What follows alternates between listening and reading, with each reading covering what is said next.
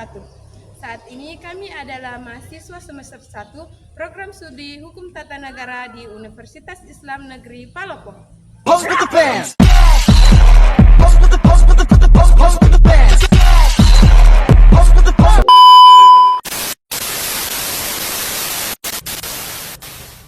Pada kesempatan kali ini, kami akan menjelaskan materi tentang bentuk-bentuk pemerintahan dan jenis-jenis sistem pemerintahan. Materi ini sangat penting untuk dipahami karena sistem pemerintahan menentukan bagaimana suatu negara dijalankan dan bagaimana kekuasaan diatur. Yuk kita mulai pembahasannya. Secara umum, bentuk pemerintahan adalah cara bagaimana kekuasaan tertinggi dalam suatu negeri dijalankan.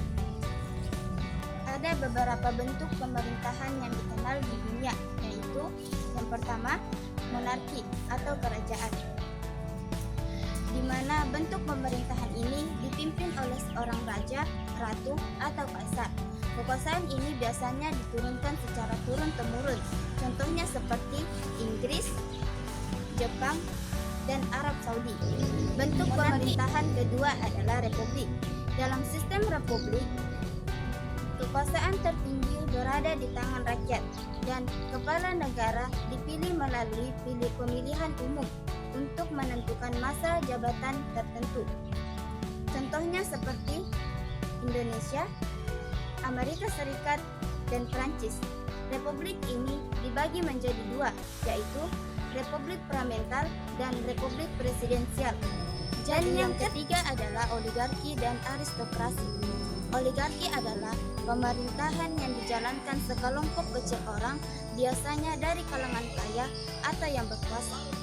Sedangkan aristokrasi adalah pemerintahan yang dijalankan oleh golongan bangsawan atau elit yang dianggap terbaik saja. Kemudian yang keempat, demokrasi. Demokrasi berasal dari bahasa Yunani, demos yang berarti rakyat, kratos yang berarti kekuasaan. Jadi demokrasi adalah pemerintahan dari rakyat, oleh rakyat, dan untuk rakyat.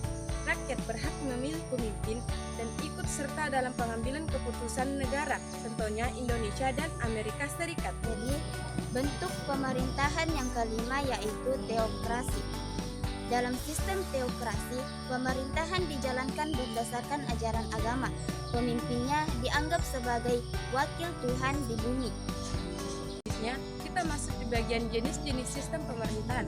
Sistem pemerintahan menjelaskan bagaimana kekuasaan negara dibagi dan dijalankan antara eksekutif, legislatif, dan yudikatif.